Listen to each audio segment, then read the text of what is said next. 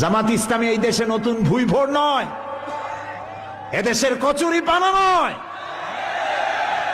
পৌনে 1 শতাব্দী ধরে জামাত ইসলামী এদেশে কাজ করছে। বোমা মারার রাজনীতি জামাত ইসলামী করে না।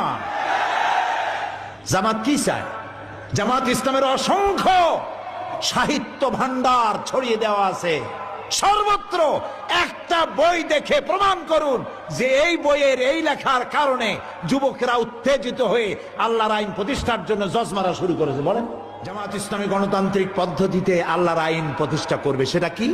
ওটা হচ্ছে মদিনায় রাসূলুল্লাহ যে কায়দায় রাষ্ট্র প্রতিষ্ঠা করেছিলেন, চুরি নাই, ডাকাতি নাই, জেনা নাই, হত্যা নাই, ধর্ষণ নাই, মানুষ দরজা খুলে ঘুমাবার সুযোগ পায়।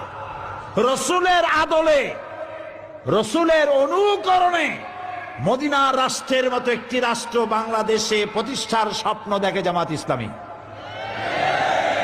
ওই স্বপ্ন পূরণের জন্য যদি প্রয়োজন হয় জামাত ইসলামী 100 বছর অপেক্ষা করবে, চরমপন্থা অবলম্বন করবে না। মূল